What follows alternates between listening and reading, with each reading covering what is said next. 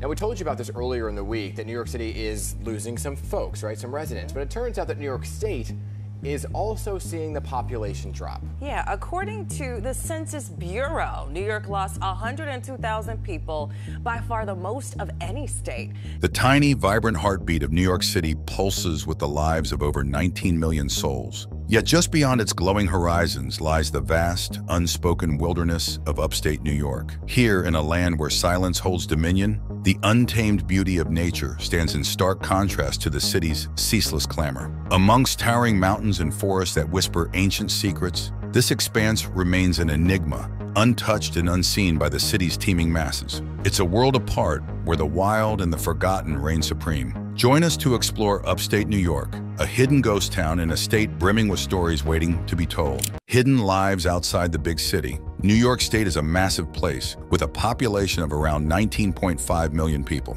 This huge number ranks it as the fourth most populous state in the entire United States. But here's a fact that might catch you off guard. A whopping 62% of these folks, which is well over half of the state's population, squeeze into a tiny area. This area makes up just about 4% of the state's total land area, tucked away in the southeastern corner. This densely populated spot is none other than the world-renowned New York City. With the bulk of the population crammed into New York City, the vast remainder of New York State, despite its size, is relatively sparsely populated. This situation presents an interesting contrast, almost as if the majority of the state is whisper quiet in comparison to the bustling city life. It raises a curious question. Why don't more people consider living outside of the big city in the areas often referred to as upstate New York? Delving deeper, New York State stands out as a unique case among the United States. It's distinct because it hosts a city, New York City, so large and influential that it overshadows the rest of the state,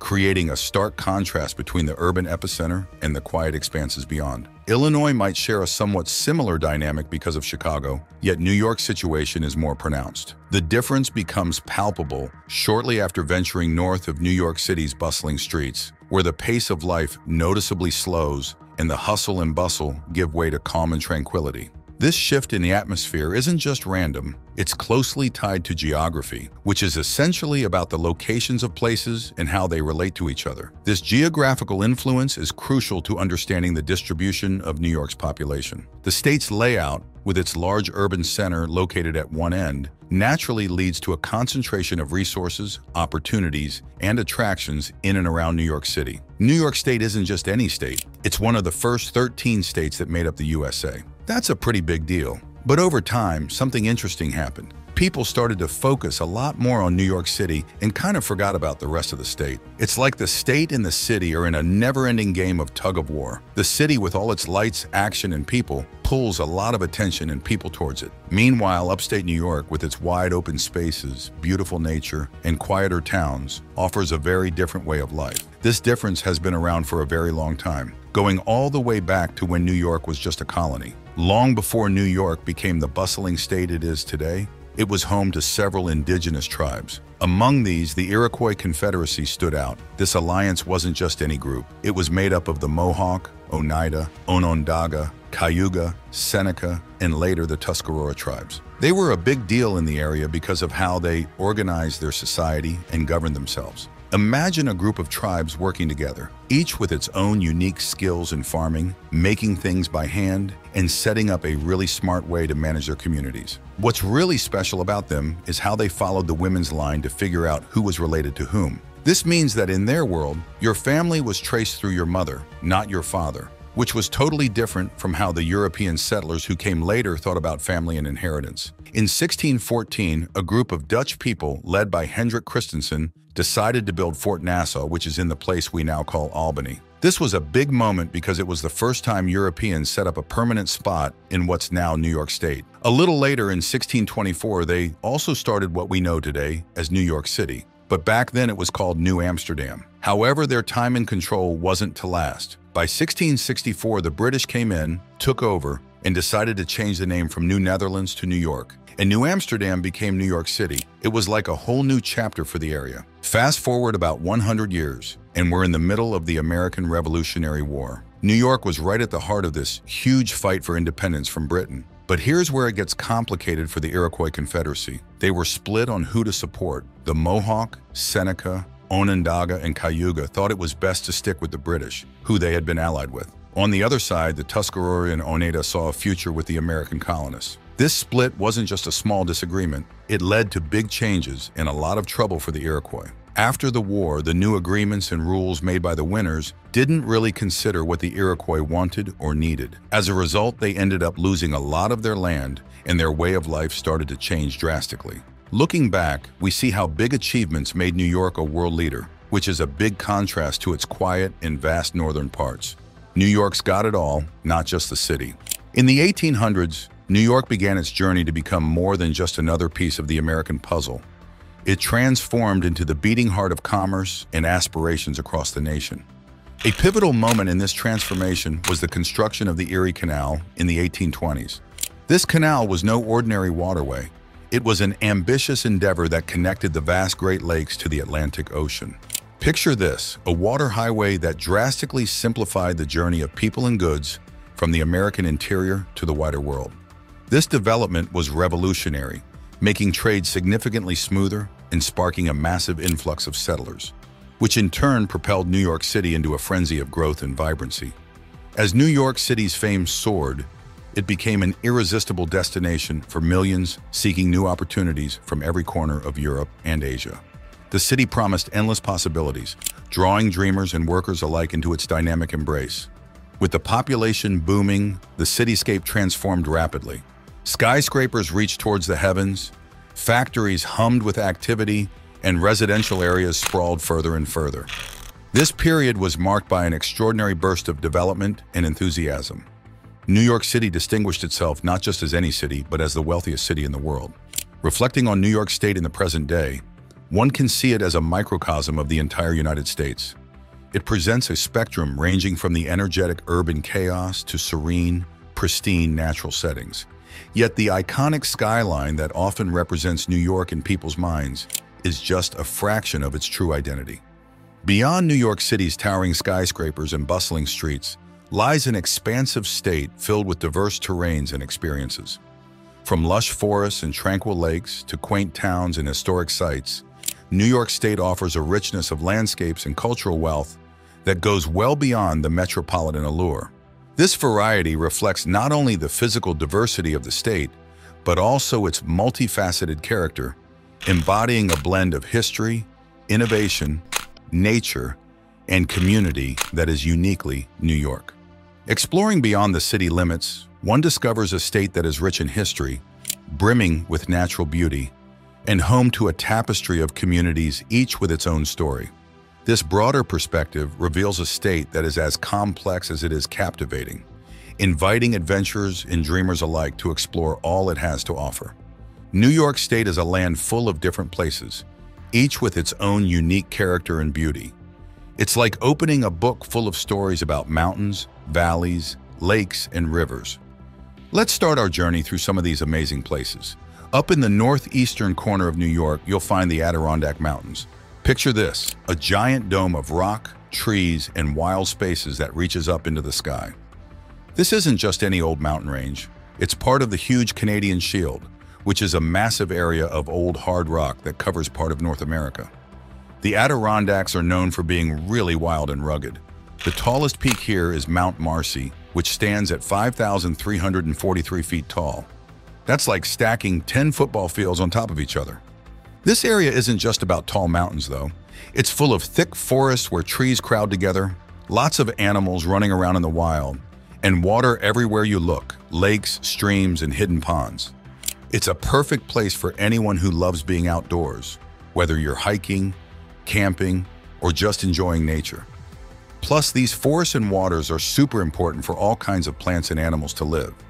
Now, let's journey a little southeast to explore the Hudson Valley. This region extends from the very tip of Manhattan up to Albany. It's cradled by the Hudson River, which acts like a natural corridor that has been vital for transport and trade for centuries. However, the Hudson Valley offers much more than just this flowing waterway. It's an area blessed with fertile soil, making it a prime spot for agriculture. Farmers throughout the valley cultivate a wide variety of fruits and vegetables, nourishing the small towns and communities that dot the landscape.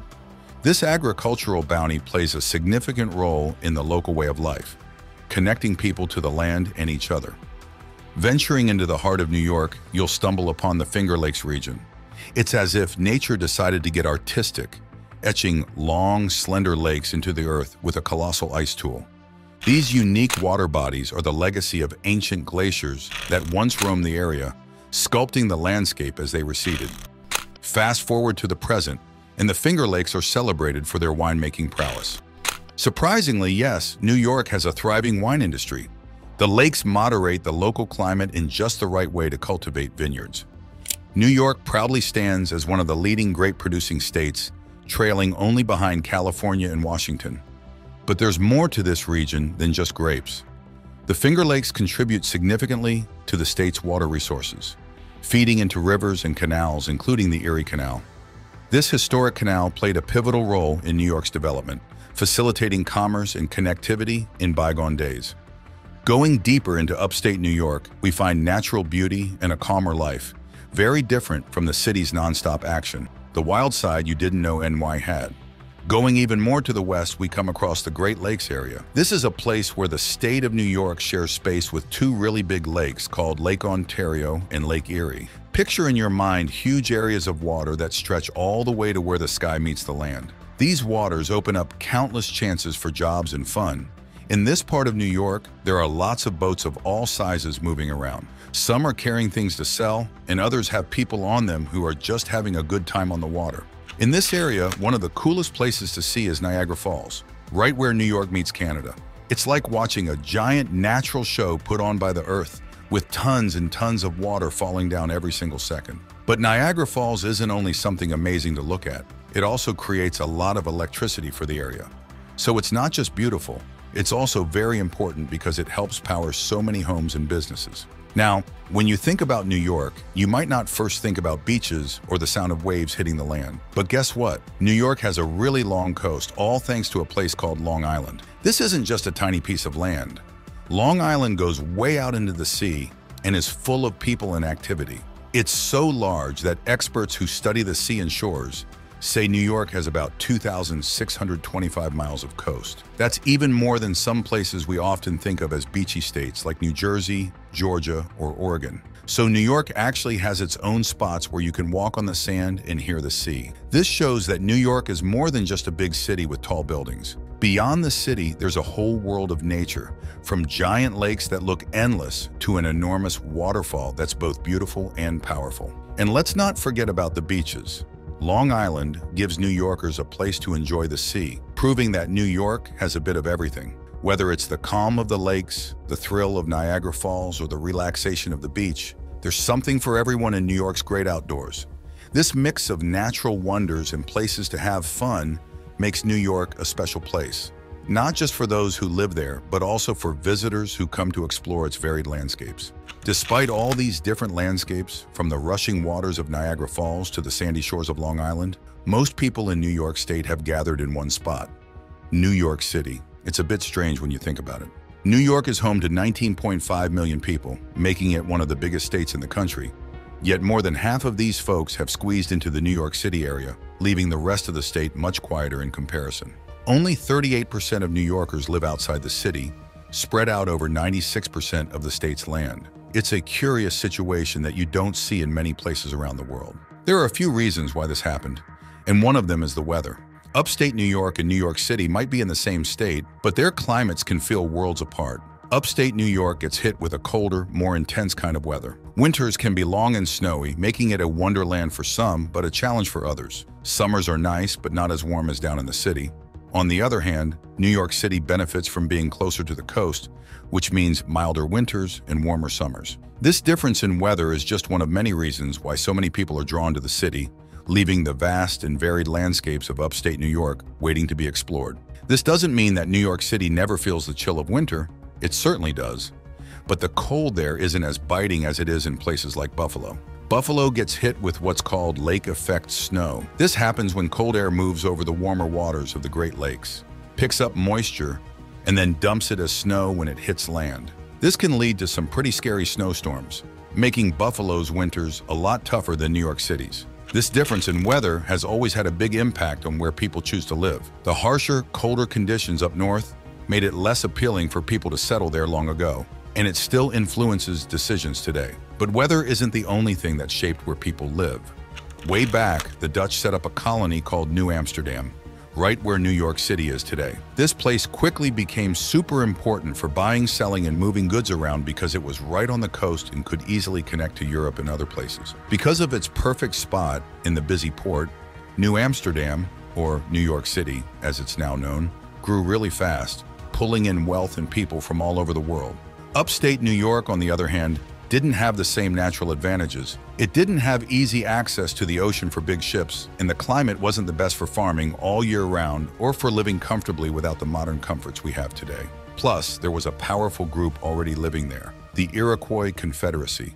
The Iroquois were a strong alliance of tribes who had a well-organized society, were good at fighting, and controlled a lot of the land in upstate New York. Their presence and power made it difficult for European settlers to move inland and start setting up their own towns and farms. The Iroquois were really good at keeping their land and staying independent, which meant that for a long time, Europeans didn't venture far into what is now known as upstate New York. Now let's look at how New York City's big job opportunities shadowed the hidden potential of the state's northern areas.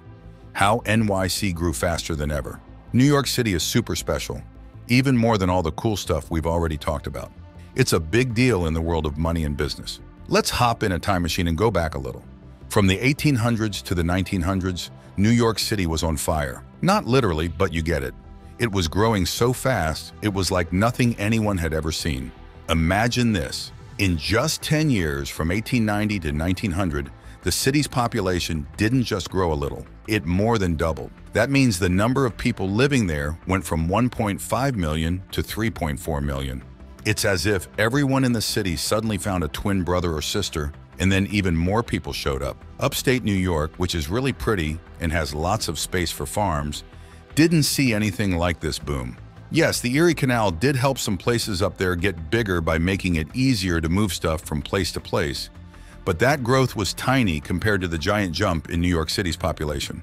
Jumping ahead to the last few years, New York City's place as a money-making giant hasn't stopped. It's full of jobs in big areas like finance, which is all about money, tech, like computers and the internet, media, TV, newspapers, and more, and lots of others. This mix of job chances keeps pulling people to the city, either to find work or to try and start their own business. On the other hand, upstate New York, even with its colleges, different kinds of jobs, and places that tourists like to visit, hasn't kept up with the city's fast economic growth or how many new jobs are being created there. Because of this, the number of people moving to or being born in the upstate regions is increasing slowly, more like a leisurely walk than the fast run we see in the city. This big difference is pretty interesting when you think about it. New York City's growth has a lot to do with its history, its place in the world, and the kinds of work you can find there. It's like a magnet that keeps attracting more people, more ideas, and more businesses. The city has become known not just as a big city in the United States, but as a key spot for finance and business all over the globe. With famous places like Wall Street and the New York Stock Exchange, it's where big decisions are made that can affect economies in other parts of the world. Meanwhile, upstate New York has its own vibe, with beautiful landscapes, history, and communities that are different from the city's hustle and bustle. It offers a different kind of life, one that's closer to nature and maybe a bit quieter but still full of opportunities in its own right. This contrast between the city and upstate shows the diversity and range of what New York State has to offer. From the skyscrapers and busy streets of the city to the serene lakes and forests upstate. It's like two different worlds within the same state, each with its own charms and challenges. Right now, New York City is not just the biggest city in New York State. It's way ahead of the others, with around 8.8 million folks living there. If you were to look at the bigger picture, including the city's larger area, which stretches into bits of New Jersey and Pennsylvania, the number of people shoots up to 19.2 million. After New York City, the cities with the most people are Buffalo with 1.2 million, Rochester close behind with 1.1 million, and Syracuse at 650,000. Beyond these, the number of people living in city areas goes down quite a bit. Now, shifting the focus to the upper part of New York, something stands out that's pretty unique. Unlike in Canada, you won't find any big American cities along the St. Lawrence River. Considering how massive this river is, one of the biggest in North America, that's a bit strange. Especially when you notice that Montreal, a big Canadian city with about 4.2 million people, is just 63 miles downstream from where New York State ends. Throughout history, where there's been water, there's been a lot of activity. Rivers were super important for moving goods and for settlers coming to North America from Europe. They needed these water paths to carry stuff and to travel. So it's odd that along such an important river as the St. Lawrence in New York, there isn't a major city to be found. This absence is particularly intriguing given the river's prime location and its role as a key route for water travel. You might expect that a big American city would have sprung up here, much like Montreal did in Canada. The St. Lawrence River has been central to trade and transportation since the days when European settlers first made their way to North America, relying on rivers to move goods and navigate the continent. The fact that such a strategic spot in New York doesn't have a big city alongside it, especially when compared to the bustling hub of Montreal, just a short distance into Canada, makes you wonder about the different paths development has taken in this part of the world. We'll discover why the St. Lawrence River's banks stayed quiet and undeveloped, showing a different path upstate New York could have taken. Why the St. Lawrence stayed quiet. The St. Lawrence River draws a natural boundary between the United States and Canada, serving as a major route for transporting goods and people. However, its role as a border also brought complications. In the early days of the United States, as it was still smoothing out its relationship with British Canada, tensions ran high, leading to conflicts now and then. Due to these strains, the idea of building a big American city right beside the river didn't seem too appealing. People were on the lookout for places within the U.S. that felt safer and more stable for city development. The climate in this region didn't make things any easier. With winters that drag on for ages and are incredibly cold, it wasn't the most attractive spot, especially when you think about the warmer, more comfortable areas elsewhere in the U.S. Add to that the competition from the Great Lakes and the Erie Canal for attention and resources. When the Erie Canal opened in 1825, it was a game changer, offering a less expensive and more efficient way to move goods from the heart of North America to the Atlantic Ocean via the Hudson River. This innovation shifted the focus to areas along the canal, such as New York City, making them hotspots for business and expansion. As a result, much of the development effort and investment that could have gone to the St. Lawrence River region was redirected to these burgeoning areas. Understanding why the St. Lawrence River didn't become a center for big cities is quite a puzzle with many layers. Let's break it down into simpler parts to get a better grip on it. There's been a lot of back and forth tension with Canada. This tension is because the river forms a natural border between Canada and the United States. Imagine trying to set up a peaceful, happy town when your neighbor keeps arguing with you about where the fence should go. This ongoing disagreement made the river's edge not ideal for creating a friendly neighborhood where people could settle down easily. Next up, the weather in the St. Lawrence River area is really cold and tough for a good chunk of the year. For folks who are used to sunny days and mild winters, moving to a place where you need to bundle up for several months can be a bit of a shock. It's like choosing between living in a cozy room or stepping out into a snowstorm. Most people would prefer to stay warm and comfy. Then there's the Erie Canal. Think of the canal as a new highway that opened up, offering a shortcut to places people wanted to go. When the Erie Canal was built, it quickly became a popular path for moving goods and people because it was easier and more convenient than the river. This made the canal the main attraction and kind of left the St. Lawrence River in the shadows, like a less popular road that people forgot about because there was a faster way to get where they were going. While the St. Lawrence River is super important for moving stuff around and letting people travel, especially the part that Canada looks after leading into the ocean, the fact that Canada has a lot of control over it made the U.S. a bit hesitant to put a lot of money into that route. Imagine if you had a garden that you shared with your neighbor, but your neighbor decided most of what would be planted there. You might not be as excited to invest in garden tools or seeds. Over the years, the river has been great for shipping things and letting people pass through, but it seems like Canada got the better end of the deal in making the most out of the river's location and resources. Nowadays, on the American side of the St. Lawrence River, there are a couple of smaller towns like Massena and Ogdensburg. However, these places haven't grown into big, busy cities like you see elsewhere in the U.S. It's like these towns are quiet, hidden gems that haven't caught the eye of a lot of people looking for a place to build skyscrapers or big shopping centers. And it looks like things will stay this way for a while unless something big happens to change the game. New York State is a huge place with lots of people. But for a long time, most of these people have chosen to live in one specific spot, New York City. Even though the state is big, the bustling, busy city has been the main draw for a huge chunk of its population. Upstate New York, which is the part of the state north of the city, hasn't been as crowded. But things are starting to change a little bit recently. It seems like New York City isn't the only place people want to be anymore. Some people are starting to think that maybe living in a place that's not so hectic and expensive might be a good idea. This change is showing us that people might be getting interested in finding a quieter, more wallet-friendly spot to live, but still want to stay within the bounds of New York State. The reason behind this shift isn't too hard to figure out. Living in New York City can be really expensive. Rent is high, eating out costs a lot, and just about everything else you can think of tends to have a bigger price tag than in other places. On the other hand, other parts of New York State might not hit your wallet as hard and could offer a lifestyle that's just as rich in experiences, but without the constant rush and noise of the city. Plus, the world is changing. With more jobs than ever letting people work from anywhere they have an internet connection, the need to be in a big city for work is not as strong as it used to be. This new freedom is making some folks think twice about where they really want to live. This trend could mean that places in New York State that were once overlooked are about to get a lot more attention. Imagine smaller towns and rural areas that offer plenty of space, beautiful nature, and a slower pace of life starting to attract people who are tired of the city grind. This could be a big chance for these areas to grow and become more popular, bringing in new residents who are looking for a different kind of New York life. As our journey through the enigmatic lands of upstate New York comes to an end, one question lingers in the air. Is this vast, untamed wilderness merely overlooked, or does it hold secrets waiting to be discovered? We invite you to share your thoughts and theories.